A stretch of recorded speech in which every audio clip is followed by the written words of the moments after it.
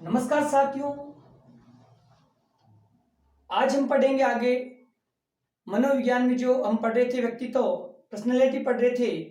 तो उसके पर्सनैलिटी के हमने क्या पढ़े थे? व्यक्तित्व मापन के सिद्धांत के बारे में मैंने बताया था कि किस किस सिद्धांतों से व्यक्ति के व्यक्तित्व का मेजरमेंट किया जाता है। तो उसमें हमने पढ़ा था एक मनोविश्लेषणवाद का सिद्धांत, सिगमंड फ्रायड ने दिया था। विश्लेषणवाद किसने दिया था? यूंग ने दिया था। कारक विश्लेषण पद्धति केटल ने दी थी। हार्मिक का सिद्धांत मैकडूगल ने दिया था। जीव सिद्धांत गोल्डस्टीन ने दिया था, है ना। तो इस प्रकार जो प्रमुख शारीरिक सिद्धांत शेल्डन ने दिया था, है ना। आत्मज्ञान का सिद्धांत नेस्लो ने दिया था। तो इस प्रकार हमने सिद्धांतों के बारे में कल पढ़ा था।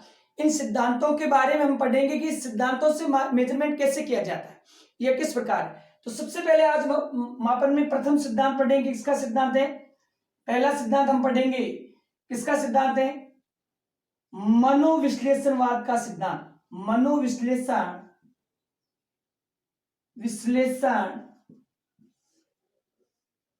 विश्लेषण का सिद्धांत। कौन सा सिद्धांत पढ़ेंगे हम? मनोविश्लेषण का सिद्धांत। इस सिद्धांत के जनक कौन है?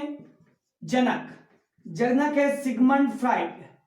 सिगमंड फ्राइड है। अब सिगमंड फ्राइड के बारे में हम थोड़ा सा जान लेते हैं, क्योंकि यहां से क्वेश्चन आता है, ध्यान रखना। सिगमंड फ्राइड है, इसका जन्म कहां हुआ था? सिगमंड फ्राइड का जन्म कहां हुआ था? जन्म हुआ था सर्बिया में। सर्बिया देश में जन्म होता है। और अध्ययन के लिए कहां गए थे? अध्ययन कहां हुआ था इनका? वियना कहां पर पड़ता है? ऑस्ट्रिया में पड़ता है। वियना ऑस्ट्रिया में इन्होंने क्या किया था? अध्ययन किया था। इन्होंने क्या किया था? बचपन में क्या पढ़ा था? बाइबिल का अध्ययन किया था। बाइबिल का अध्ययन किया। जन्म कब हुआ था इनका? जो जन्म हुआ कब हुआ था? 6 मई 1856 को हुआ था। जन्म कब हुआ था? 6 मई 1856 को। उनकी जो मृत्यु हुई, मृत्यु कब हुई इनकी? इनकी जो मृत्यु हुई है 23 सितंबर 1940। 23 सितंबर 1940 में इनकी मृत्यु हो गई थी। अब इनको क्या कहा जाता है? सिगमंड फ्राइड को किसका जनक कहा जाता है? मनोविश्लेषणवाद का जनक। इसके अलावा क्या कहा जाता है? सम्मोहन विधि के जनक। सम्मोहन विधि के जनक। यहां से भी क्वेश्चन आता है, ध्यान रखना। सम्मोहन विधि के जनक कौन कहलाता है? Sigmund Freud. और किसका कहलाता है? ये तंत्रिका विशेषज्ञ थे। यानी सम्मोहन विधि का जनक और तंत्रिका विशेषज्ञ। बचपन में किसका अध्ययन किया? ध्यान रखना, क्वेश्चन इंपॉर्टेंट है। बाइबिल का अध्ययन किया। जन्म सर्बिया में होता है। अध्ययन के लिए वियना ऑस्ट्रिया में जाते हैं। और जन्म 6 मई 1856 और मृत्यु 1940 में होती है।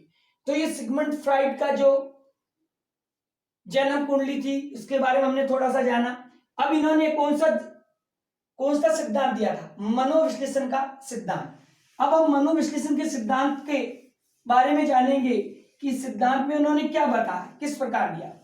कौन सा सिद्धांत दिया था? मनोविश्लेषण का सिद्धांत। सिद्धांत कब दिया? सिद्धांत दिया था 1923 में। कब दिया था? 1923 में। अब इस सिद्धांत का 3 प्रकार से वर्गीकरण किया। अपने सिद्धांत को 3 प्रकार से दिया था। एक है व्यक्तित्व की संरचना। पहला है व्यक्तित्व की संरचना। फिर बताया व्यक्तित्व की गति की।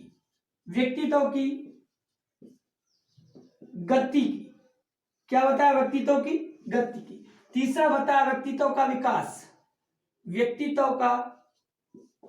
विकास। 3 प्रकार से वर्गीकरण करता है अपने सिद्धांत की, यानी व्यक्तित्व की संरचना, व्यक्तित्व की गति की और व्यक्तित्व का विकास। अब इस व्यक्तित्व की संरचना के 2 मॉडल दिए थे। कितने मॉडल दिए थे? 2 मॉडल दिए थे। एक था अकारात्मक मॉडल था। ध्यान रखना, इंपॉर्टेंट है, ये बहुत ज्यादा इंपॉर्टेंट है। यहां से क्वेश्चन ठीक से आता है आपका किसी भी एग्जाम में आप देख लेना, यहां से क्वेश्चन सीधा पुटअप होता है। दूसरा है आपका गतिकी मॉडल, गतिकी या संरचनात्मक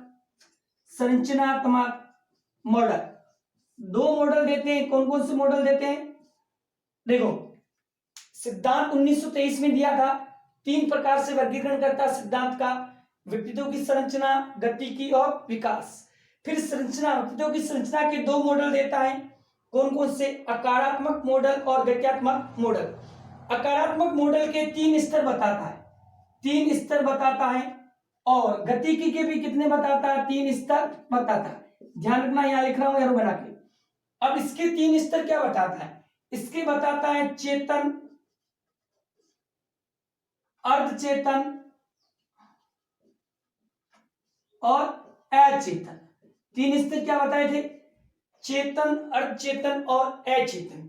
इसके 3 स्तर क्या बताता है? इसके 3 बताता एकदम, अहम, परम अहम, ईगो और सुपर ईगो। यानी आकारात्मक के 3 स्तर होते हैं, कौन कौन से? चेतन, अर्धचेतन और अचेतन। गतिकी के 3 स्तर होते हैं, एकदम, अहम और परम अहम। तो इस प्रकार अपना इस पूरा सिद्धांत देता है। अब देखो इनको कैसे, अब एक एक के बारे में पढ़ेंगे हम कि पहला जो आकारात्मक मॉडल था, आकारात्मक मॉडल के कितने स्तर बताए इन्होंने? 3 स्तर बताए थे, कौन कौन से? चेतन, अचेतन और अर्धचेतन। इसको इन्होंने किस प्रकार क्लासिफिकेशन किया कि इन्होंने बताया कि जैसे ये विकार है, ठीक है। अब इस आकारात्मक मॉडल की तुलना, आकारात्मक मॉडल की तुलना किससे की थी? तुलना किससे की है? आइसबर्ग से, आइसबर्ग से, आइसबर्ग से।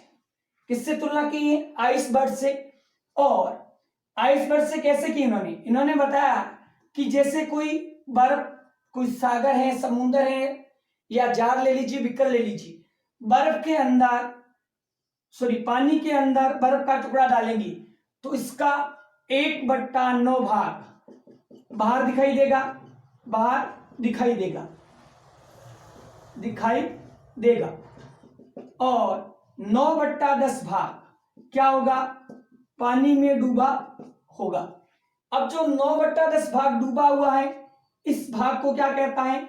अचेतन मन बताता है। क्या बताता? और जो बाहर दिखाई देता है इसको क्या कहता है? चेतन मन। और जब लहरें आने पर कभी दिखाई देता है, कभी डूबता है, तो वो स्थिति होती है अर्धचेतन। क्या होती है? अर्धचेतन। तो इस प्रकार बताता है, ठीक है, तीनों को इस प्रकार बताता है। अब एक एक करके बताता। पहला बताता है कि चेतन, चेतन के लिए किस शब्द का प्रयोग करता है? जो चेतन है, चेतन मन या चेतन, इसको क्या कहता है? कॉन्शियस कहता है। क्या कहता है इसको? कॉन्शियस कहता है, कॉन्शियस। क्या बोलता है इसको? कॉन्शियस। इसका संबंध किससे रहता है? इसका संबंध जो होता है तात्कालीन स्मृति से। हमारी जो मन की जो तत्कालीन स्मृति होती है, तात्कालीन स्मृति से रहता है, या वर्तमान तात्कालीन स्थिति, वर्तमान तात्कालीन कह दो चाहे वर्तमान कह दो, तात्काल या वर्तमान स्थिति से रहता है, संबंधित रहता है, जिससे जो तात्कालीन या वर्तमान संवेदनाएं वे अनुभूतियां जो होती हैं, व्यक्ति को एक तत्कालीन जो संवेदनाएं होती हैं, तत्कालीन जो अनुभूतियां होती हैं, वो अनुभूतियां सारी क्या कहलाती हैं? इसका संबंध किससे होता है? चेतना से, चेतन से होता है, या चेतन मन से होता है। जैसे कैसे? जैसे परीक्षा भवन में एक परीक्षार्थी द्वारा प्रश्नों के फटाफट क्या लिखना? उत्तर लिखना। तो ये जो है, यानी हमारे मन की वह स्मृति जिसका संबंध तात्कालीन स्मृति या संवेदनाओं से होता है, या तात्कालीन अनुभूतियों या संवेदनाओं से होता है, उससे क्या कहते हैं? तो उससे कहते हैं चेतन। यहां से ध्यान रखना क्वेश्चन, यानी तात्कालीन संवेदनाएं व अनुभूतियों से होता है, उसको क्या कहते हैं? उसे चेतन कहते हैं। जैसे परीक्षा भवन में परीक्षार्थी द्वारा प्रश्नों के उत्तर फटाफट लिखना। अगला बताता है, दूसरा क्या था, इन्होंने बताया था अचेतन मन या अचेतन स्थिति। अब अचेतन क्या होता है, इसको बोलता है अनकॉन्शियस। क्या होता है, अनकॉन्शियस, अनकॉन्शियस बोलता है। अनकॉन्शियस मतलब क्या होता है। अब ये क्या होता है, ये मन का सबसे बड़ा भाग होता है, सबसे बड़ा भाग। कितना, 9/10। ये कितना था, 1/10 था। पीछे कितना बचा, 9/10। अब इसमें होता क्या, इसमें होता क्या, सबसे बड़ा भाग इसमें क्या होता है, हमारी जो होती है, हमारी दमित इच्छाओं का भंडार, दमित इच्छाओं का भंडार क्या कहलाता है, अनकॉन्शियस कहलाता है। हमारे जो मन की जो हमारी जो दमित इच्छाएं होती है उसका भंडार क्या कहलाता है, अनकॉन्शियस कहलाता है। और ये दमित इच्छाएं क्या करती है, ये दमित इच्छाएं चेतन मन में आने का प्रयास करती हैं। चेतन मन में आने का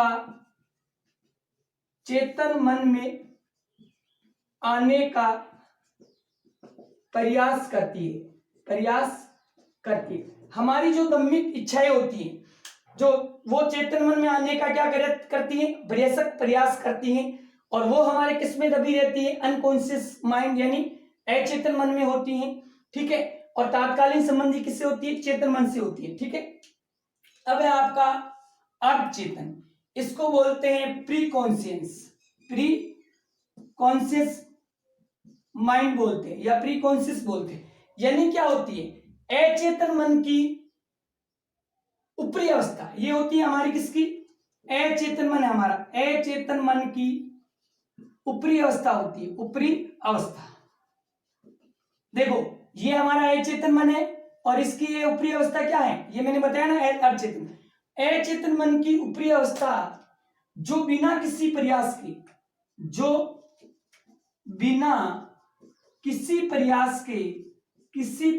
के कहां आ जाती है, चेतन अवस्था में आ जाती है। चेतन अवस्था में आ जाती है,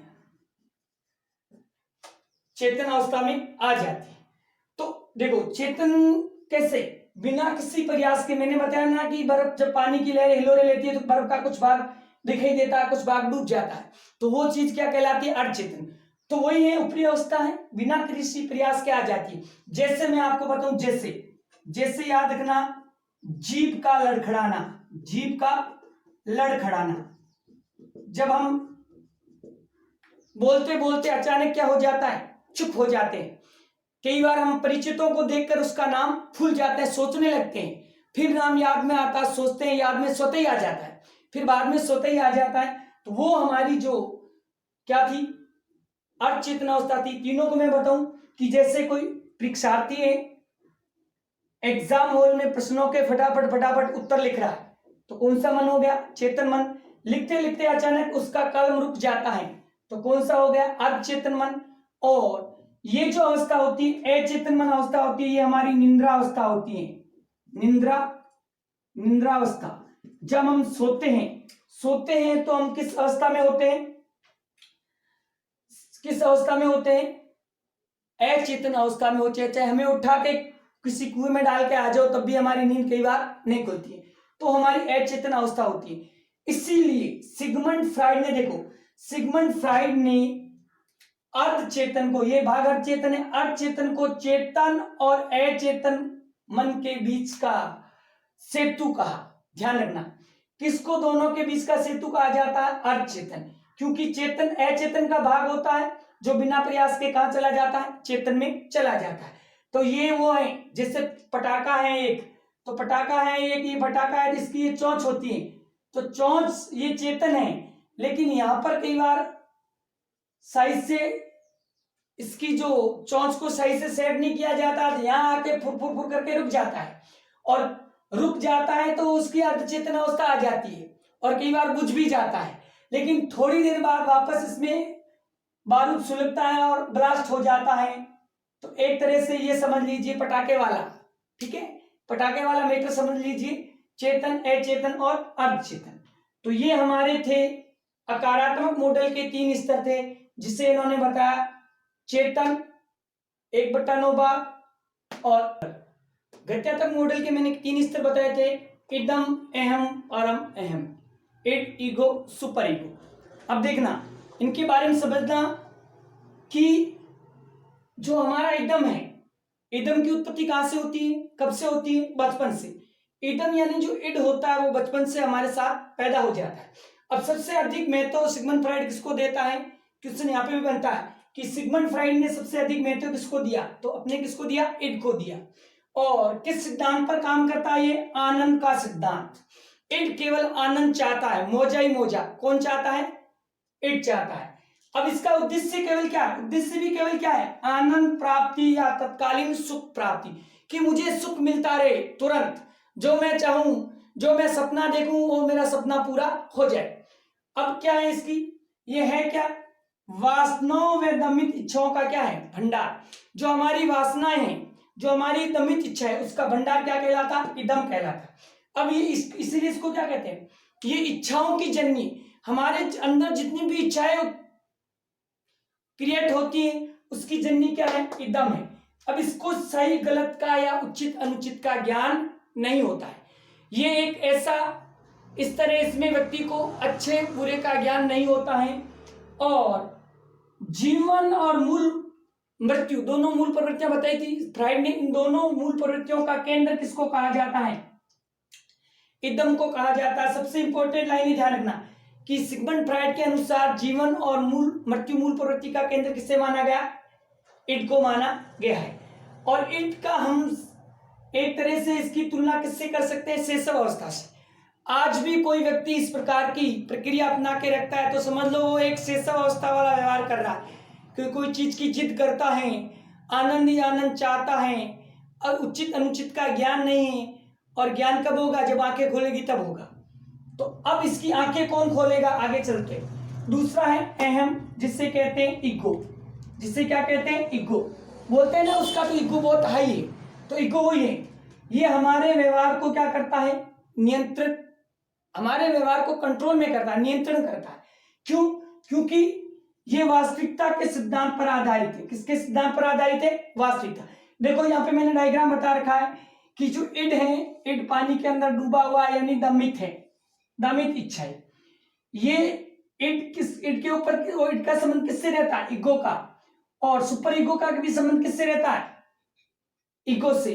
यानी इन दोनों के बीच में सुपर ईगो किसका काम करता है, पुल या सेतु का काम करता है। तो आगे मैं बताऊंगा, डायग्राम से भी पता लग रहा है।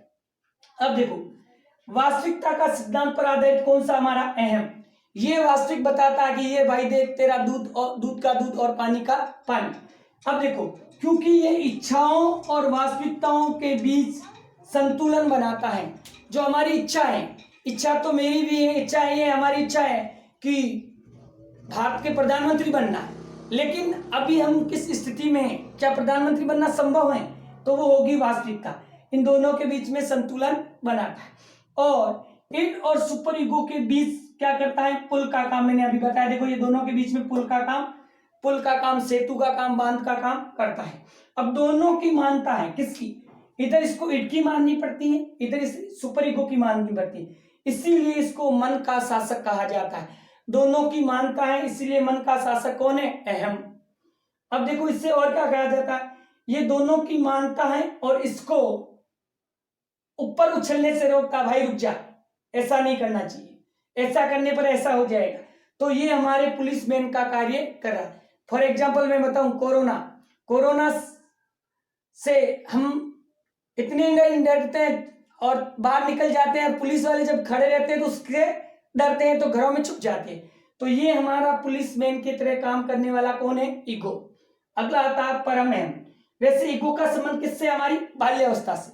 बालक एक बार कहोगे तो नहीं रुकेगा, लेकिन लातों के दूत बातों से नहीं मानते, वो वाली बात है। अगला कौन सा है, सुपर ईगो।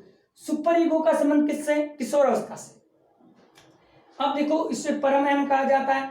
इसका विकास सबसे बाद में होता है, यानी ये होता है, उसके बाद में ये होता है। इससे क्या कहते हैं? आत्मा की आवाज, अंदर की फीलिंग जो होती है, आत्मा की आवाज कहते हैं। ये देवताओं का प्रतीक होता है। किसका प्रतीक होता है? देवता।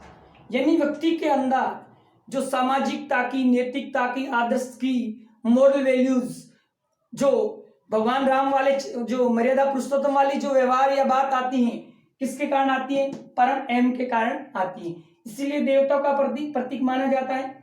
आदर्श या नैतिकता के सिद्धांत पर काम करता है। ध्यान रखना इंपॉर्टेंट है, किसके सिद्धांत पर काम करता है? आदर्श या नैतिकता के सिद्धांत पर। अब देखो, उम्र के साथ इड हमारा क्या होता है? कमजोर होता है और सुपर ईगो हमारा बढ़ता है। जैसे जैसे हमारी उम्र बढ़ती जाती है, इड आपका कमजोर हो जाता है और सुपर ईगो बढ़ता है। आदमी को जो सामाजिक बनाने की जो शक्ति है, कौन सी? Super ego. इसके कारण हमारे अंदर सामाजिकता के गुण, और ये सुपर ईगो और इड दोनों एक दूसरे के क्या है? विरोधी।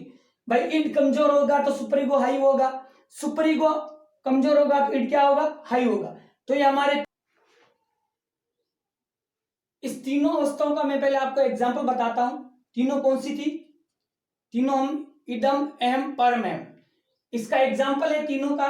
मैं आपको बताता हूं कि हम कहीं रास्ते से जा रहे हैं, रास्ते में हमें, अभी किसकी सीजन है? आम की सीजन है, फलों का राजा। रास्ते में हमें एक आम का बाग दिखाई दिया। बाग में पेड़ पर पके हुए मीठे आमों को देखकर, उसकी खुशबू से हमारे मन में क्या हुई? आम खाने की इच्छा जागृत हुई। तो हम बाग की तरफ बढ़े। तब हमारा ध्यान अचानक उस बाग की रखवाली करने वाले माली पर जाता है। तो हम उस माली के डर से हम रुक गए, लेकिन माली के हटने की हम वहां प्रतीक्षा करने लगे कि माली जैसे ही जाएगा तो दीवार कूदकर हम आम लाएंगे और तोड़कर आम खाएंगे। तो ये हमारे मन की जो इच्छा हुई, आम खाने की अंदर जो मन की इच्छा हुई, वो हमारा क्या था? इड था, क्योंकि वो आनंद चाहता था तुरंत। अब माली के डर से हम इंतजार करें, थोड़ी देर बाद में हमारे मन में विचार आया कि यदि हम आम तोड़ते हुए, चोरी करते हुए हम पकड़े गए तो चोरी करना पाप है, और पकड़े गए तो समाज के अंदर हमारी क्या होगी? बदनामी होगी। तो इस प्रकार पहली अवस्था आम खाना, कौन सा हुआ? इड हुआ। दूसरा, हम बाग के मालिक का हमें क्या लगा? डर, और हम उसकी प्रतीक्षा करने लगे और रुक गए, तो वो क्या हुआ? ईगो हुआ। और बाद में जो भावना आई कि चुपके से खाकर चुपके से आम चुरा कर खाना चोरी है और चोरी करना पाप है, समाज में इससे क्या होगी? बदनामी। तो समाज में बदनामी की भावना और जो पाप की भावना जो आई थी, वो हमारे क्या थी? वो हमारा सुपर ईगो था। अब आगे है हमारा व्यक्तित्व के, अगला है व्यक्तित्व का गति की सिद्धांत। गति के सिद्धांत में हम पढ़ेंगे गति की सिद्धांत। सिगमंड फ्राइड ने क्या किया? सिगमंड फ्राइड ने बताया कि मानव जो है, मानव जीव है, एक जटिल तंत्र है। हमारा जो मनुष्य का जो जीव है एक जटिल तंत्र है। इस तंत्र में दो प्रकार की ऊर्जा पाई जाती है। एक है शारीरिक ऊर्जा बताता, दूसरा मानसिक ऊर्जा बताता। शारीरिक ऊर्जा जिसमें हमारा शरीर गतिशील पक्ष में आ जाता है, जैसे दौड़ना, चलना, लिखना, श्वास लेना, ये कैसी ऊर्जा है? शारीरिक ऊर्जा। और दूसरा हमारा मस्तिष्क हलचल में आ जाता है, जैसे तर्क, चिंतन, मनन आदि। तो ये दो प्रकार की ऊर्जा पाई जाती है, और इन दो प्रकारों की ऊर्जाओं से ही हमारा सिद्धांत चलता है, और इसीलिए इसको गत्यात्मक सिद्धांत का जनक कहा जाता है, सिगमंड फ्राइड को। अब इन दोनों जो ऊर्जा है, इन दोनों ऊर्जाओं का स्पर्श बिंदु बताता है। वो किसको बताता है? उपाहम को बताता है। सबसे इंपॉर्टेंट है, ध्यान रखना, ये क्वेश्चन पिछली बार रीट में पूछा गया था लेवल 2 में, लेकिन आगे यदि डीपली जाए तो यहां तक जा सकता है कि दोनों का केंद्र सिगमंड फ्राइड ने क्या बताया? उपाहम बताया था। तो ये हमारा था व्यक्तित्व का गति की सिद्धांत। अगला है हमारा व्यक्तित्व का विकास का सिद्धांत। इस सिद्धांत को क्या कहा जाता है? मनोलैंगिक विकास का सिद्धांत भी कहा जाता है। अब देखो, सिगमंड फ्राइड और उनके शिष्यों के बीच में किसको लेकर विवाद हुआ था? एक ही सिगमंड फ्राइड सबसे अधिक किस पर बल देता है? यौन पर बल देता है, सेक्स पर बल देता है। तो लैंगिक विकास की बात करेगा ये बताता है कि इसके अनुसार जन्म के समय बच्चों में क्या होता है, एक लैंगिक ऊर्जा पाई जाती है। अब वो सिगमंड फ्राइड जन्म के सभी बच्चों के अंदर लैंगिक ऊर्जा की बात करता है कि लैंगिक ऊर्जा पाई जाती है, और ये लैंगिक ऊर्जा जो होती है ये विभिन्न मनोलैंगिक अवस्थाओं से इसका क्या होता है, विकास होता है। लैंगिक ऊर्जा का विकास अलग अलग अवस्थाओं से गुजरकर होता है, और ये अवस्थाएं कितनी बताता है, ये अवस्थाएं 5 बताता है। तो इस प्रकार अब ये 5 अवस्थाएं कौन कौन सी बताता है, इसके बारे में थोड़ा सा जानेंगे। पहली अवस्था बताता है, ये कहता है मुखावस्था। नंबर 1 पहली अवस्था बताता है मुखावस्था नाम से ही, और इसका काल क्या बताता है मुखावस्था का, 0 से 1 वर्ष।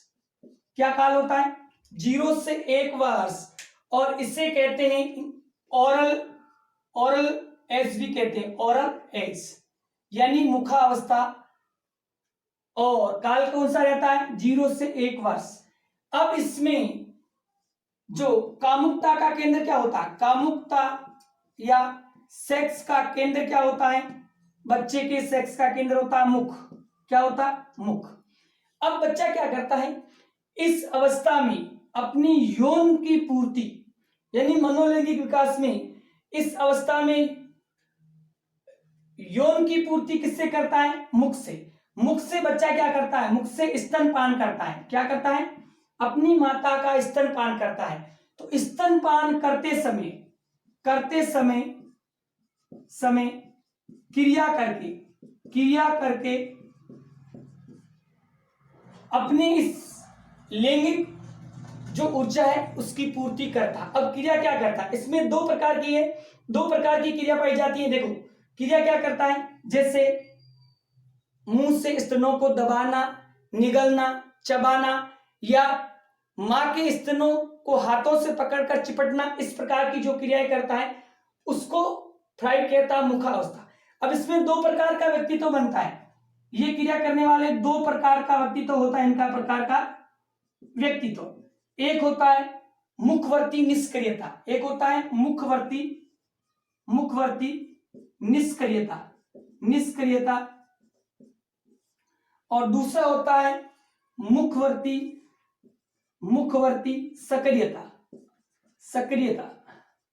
यानी जो बालक स्तनपान करते समय एकदम शांत स्वभाव से स्तनपान करता है, कोई मुंह से सक्रियता नहीं दिखाता है, तो वो बालक बड़ा होने पर क्या बनता है, आशावादी और विश्वासी। क्या बनता है, विश्वासी। यानी बड़ा होने पर उसका व्यक्तित्व कैसा होता है कि हमेशा आशावादी होता है और विश्वास। और जो मुखवर्ती सक्रियता दिखाता है यानी स्तनपान करते समय स्तनों को निगलना, चबाना, दबाना, इस प्रकार का दिखाता है, तो वो बड़ा होने पर क्या करता है, उत्पीड़न कार्यों में अधिक रुचि लेता।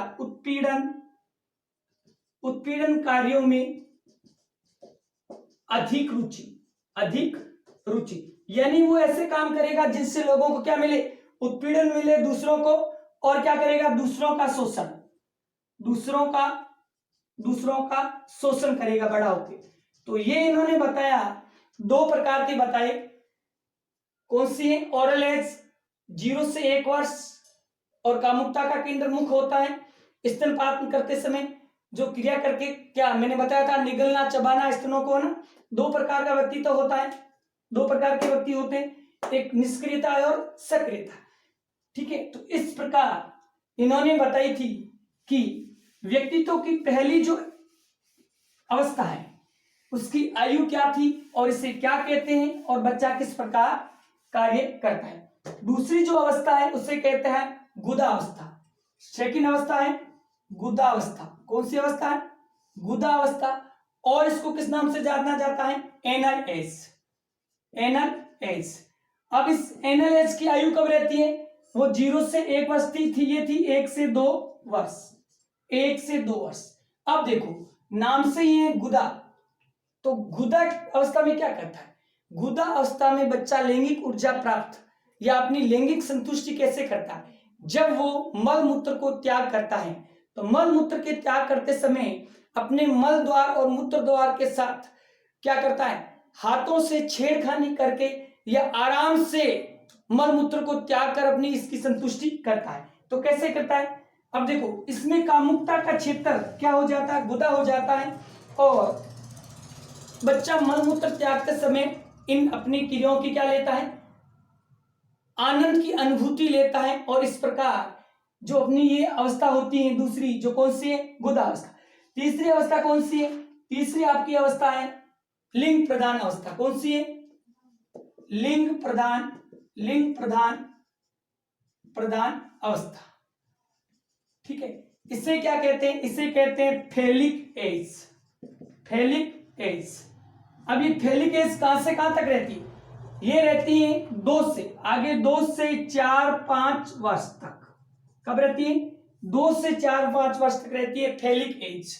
अब फेलिक एज में क्या होता है? इस अवस्था में बालक क्या होता है? कामुकता का क्षेत्र क्या बनता है? जनेंद्रिया। अब कामुकता का कामुकता का केंद्र, बिल्कुल केंद्र होता है जनेंद्रिया। क्या हो जाता है? जनेंद्रिया। अब बच्चा क्या करता है?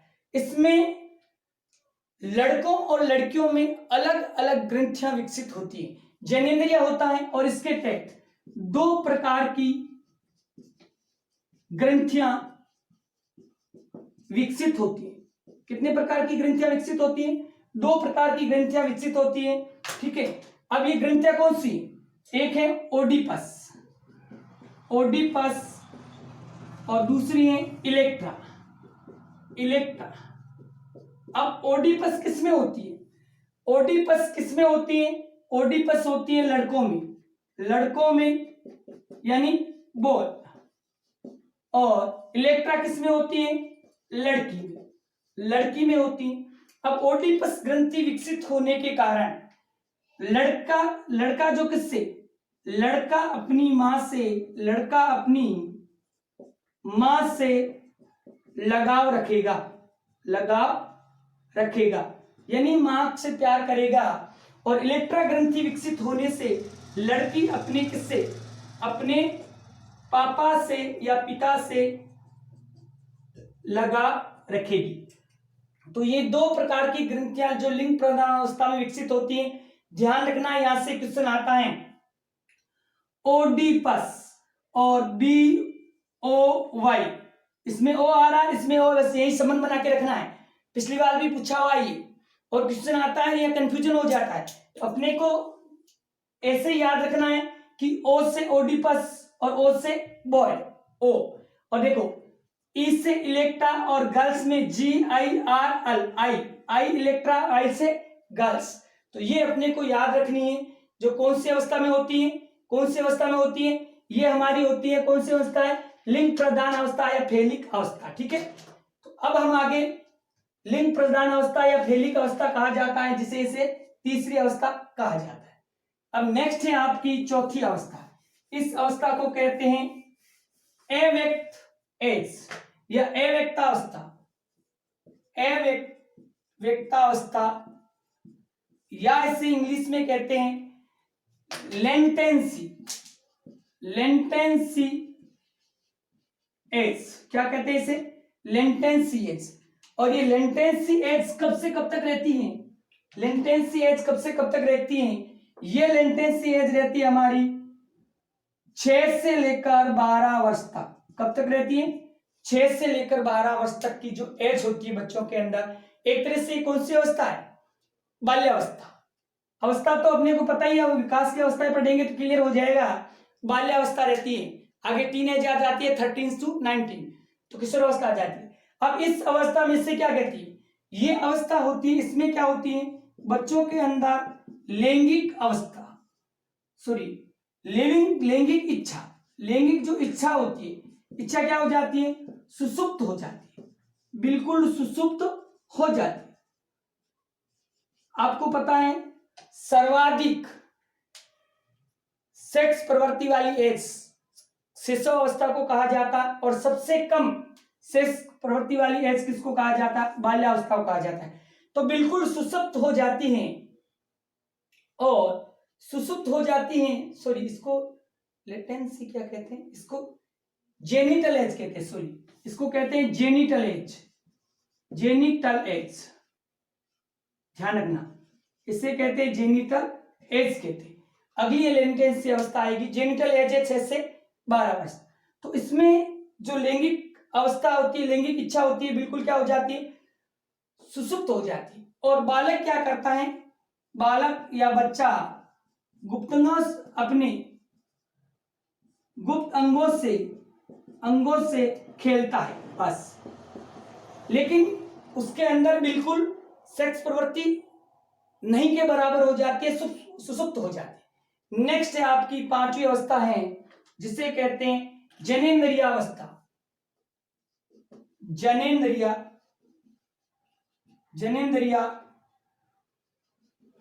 अवस्था। इसको क्या कहते हैं, इसको दूसरा कहते हैं, इसको कहते हैं लेटेंसी अवस्था, लेटेंसी एज। ये कब रहती है, ये 12 वर्ष से आगे रहती है, लेकिन कहीं 12 से, किसी मनोवैज्ञानिकों ने 12 से क्या बताया, 20 बताया। तो यदि पूछ लिया जाए, एक निश्चित एज पीरियड पूछ लिया जाए तो 12 से 20 करना है, नहीं तो 12 के बाद की जो एज होती है वो हमारी जनेंद्रिय अवस्था होती है। अब इसमें क्या होता है, इसमें बाल्यकाल में जो हमारे बाल्यावस्था में जो हमारी जो लैंगिक इच्छा सुप्त होती है वो क्या हो जाती है, सक्रिय हो जाती है। और इसमें अब दोनों में किशोर और किशोरी दो अलग अलग हो जाते हैं, किशोरी अलग अलग हो जाते हैं और दोनों एक दूसरे के प्रति विपरीत लिंग के प्रति क्या हो जाता है, विपरीत लिंग के प्रति आकर्षण हो जाता है, लिंग के प्रति आकर्षण बढ़ जाता है, ठीक है। यानी विषम लिंगी आकर्षण बढ़ जाता है और दोनों के अंदर जो जनेंद्र ग्रंथियां हैं वो विकसित हो जाती हैं। और इस प्रकार इन्होंने अपने विकास की कितनी अवस्थाएं बताई थी, 5 अवस्थाएं बताई थी। कौन कौन सी थी, मुखावस्था, गुदावस्था, लिंग प्रधान अवस्था, अव्यक्ता अवस्था और जनेंद्रिय अवस्था। इसके बाद सिगमंड फ्राइड ने कुछ शब्द दिए थे जो मनोविज्ञान में आज भी प्रसिद्ध है। पहला है लिबिडो, ध्यान रखना इंपॉर्टेंट है, लिबिडो पिछली बार भी पूछा हुआ। लिबिडो किसको कहता है, लिबिडो कहता है किसको, लिबिडो नाम किसको देता है, काम प्रवृत्ति या स्नेह प्रवृत्ति। बच्चों के अंदर काम प्रवृत्ति या स्नेह प्रवृत्ति होती है, उसको क्या कहता है, उसको नाम देता है लिबिडो।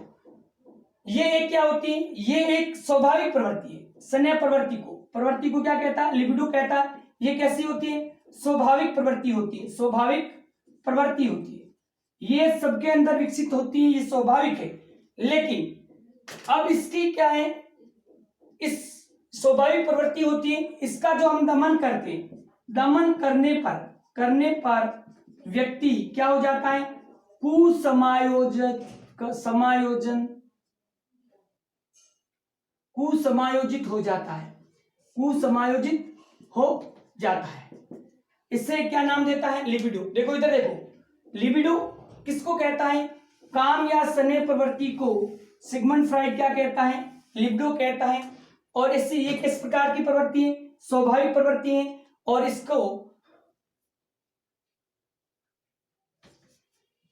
और इसका दमन करने पर व्यक्ति क्या हो जाता है, कुसमायोजित हो जाता है। अगला है सेसव कामुकता, अगला शब्द है सेसव कामुकता, ठीक है, सेसव कामुकता है। सेसव कामुकता क्या होता है, इस पर फ्राइड युग में इसी पर क्या होता है, ये सेसव कामुकता अभी मैंने बताया था कि शिशुओं में भी, छोटे बच्चों में भी जन्म के समय भी लैंगिक ऊर्जा विकसित होती है, बताया था ना अभी लैंगिक ऊर्जा वाला, तो वही सेसव कामुकता है। और इस पर फ्राइड, सिगमंड फ्राइड व युंग के बीच क्या होता है, बीच विवाद या मतभेद होता है, दोनों के अंदर मतभेद हो जाता है। और यूंग सिगमंड फ्राइड का साथ छोड़कर इसका से रहता है अलग हो जाता है। दोनों के बीच में क्या हो जाता है, मतभेद हो जाता है, अलग हो जाता है और अलग होकर विश्लेषणवाद का सिद्धांत देता है। विश्लेषणवाद का सिद्धांत देता है, कौन देता है, सिगमंड फ्राइड। तो क्वेश्चन ये आ सकता है कि फ्राइड और उससे यूंग या जूंग के अंदर किस को लेकर मतभेद हुआ था, तो सेसक कामुक था। नेक्स्ट है आपकी है मूल प्रवृत्ति। क्या है, मूल प्रवृत्ति। देखो मूल जो प्रवृत्ति है, वैसे तो मैकडूल ने मूल प्रवृत्ति का सिद्धांत दिया है। मूल प्रवृत्तियां कितनी बताइए, 14 बताई। अब इसकी जो मूल प्रवृत्ति है इन्होंने दो प्रकार की बताई है, फ्राइड ने दो प्रकार की बताई है, एक जीवन मूल प्रवृत्ति और दूसरी मृत्यु मूल प्रवृत्ति। मूल प्रवृत्ति ध्यान रखना, दो प्रकार की बताइए, जीवन मूल प्रवृत्ति और मृत्यु मूल प्रवृत्ति। ठीक है, अब जीवन मूल प्रवृत्ति में क्या आता है, जीवन मूल प्रवृत्ति में मूलभूत क्रियाएं, मूलभूत आवश्यकताएं होती है, मूलभूत आवश्यकताएं या क्रियाएं। कैसे, रोटी मूलभूत कौन सी होती है, रोटी, कपड़ा, मकान, बौद्धिक विकास, इसके अंदर क्या लिखता है, बौद्धिक विकास और रचनात्मक कार्य, रचनात्मक कार्य। ये सारी कैसी है, हमारी मूल जीवन मूल प्रवृत्ति है, जिसमें बेसिक नीड रोटी, कपड़ा, मकान, बौद्धिक विकास और रचनात्मक कार्य। अगली है हमारी मृत्यु मूल प्रवृत्ति। कौन सी मूल प्रवृत्ति, मृत्यु मूल प्रवृत्ति। ऐसी मूल प्रवृत्ति जिससे क्या होती है, जैसे हमारी घृणा, किसी के प्रति प्रेम, ईर्ष्या, ये हमारी कैसी घृणा, प्रेम, ईर्ष्या, विध्वंस, किसी को तोड़ने फोड़ने की जो बातें आती है, ये सारी हमारी क्या है, मृत्यु मूल प्रवृत्ति। अब मूल प्रवृत्ति किससे कहते हैं तो पता है, संवेग उत्पन्न होने पर, मूल प्रवृत्ति किससे कहते हैं, संवेग उत्पन्न होने पर जो क्रिया होती है, संवेग उत्पन्न होने पर जो क्रिया होती है उससे मूल प्रवृत्ति कहते हैं। संवेग उत्पन्न होने पर क्रिया होती है उससे क्या कहते हैं, मूल प्रवृत्ति। और मैकडूगल ने कितनी मूल प्रवृत्तियां बताई थी, 14 मूल प्रवृत्ति बताई थी। और प्रत्येक मूल प्रवृत्ति का संबंध किससे होता है, या प्रत्येक मूल प्रवृत्ति किससे जुड़ी रहती है, एक संवेग से जुड़ी रहती है। अगला कहता है स्वमोह, स्वमोह, इसे कहते हैं नर्सिज्म, स्वमोह। स्वमोह क्या होता है, स्वमोह अपने आप से प्रेम, अपने आप से प्रेम, कि व्यक्ति का अपने आप से इतना प्रेम हो जाता है कि वो पूरे दिन अपने आप को ही देखता रहता है। फॉर एग्जाम्पल किस अवस्था से संबंध है, किशोर अवस्था से, किशोर अवस्था को एज ऑफ ब्यूटी कहा जाता है कि पूरे दिन चाहे मुंह भले ही बांदरी के जैसा हो, लेकिन पूरे दिन शीशे के सामने खड़ा रहेगा और उसको कुचलता रहेगा, उसको देखता रहेगा अपने मुंह को, यानी वो अपने आप में इतना प्यार करता है। और इसके पीछे एक यूनानी जो राजा है उसकी कहानी भी है कि वो जंगल में शिकार करता करता भटक जाता है, प्यास लगती है तो एक पानी का छोटा दरिया रहता है, उसके पास जाता है और जाकर जैसे ही उसके पानी के अंदर उसकी खुद को परछाई दिखती है, क्योंकि पहले आज की तरह दर्पण, कांच, कैमरे नहीं थे, तो पहली बार वो किसी राजा की दर्पण वो अपनी परछाई देखता है अपनी, तो वो सोचता है कि इतना सुंदर राजकुमार है कौन, यार इस जंगल में क्या कर रहा है। तो वो पानी पीने की, अपनी प्यास बुझाने की चाह तो भूल जाता है, लेकिन पानी के पास नजदीक जाता है, जैसे ही वो राजकुमार की परछाई, अपनी खुद की परछाई दिखती है तो उसको पकड़ने के लिए झपटता है। तो ऐसे करते करते वो तड़प तड़प कर प्यासा ही वहां पर पानी के अभाव में क्या कर देता है, प्राण त्याग देता है, पानी को भूल जाता है और अपने आप को स्वमोह हो जाता है, उसको पकड़ने की कोशिश करता है। इसे कहते हैं नर्सिज्म या स्वमोह।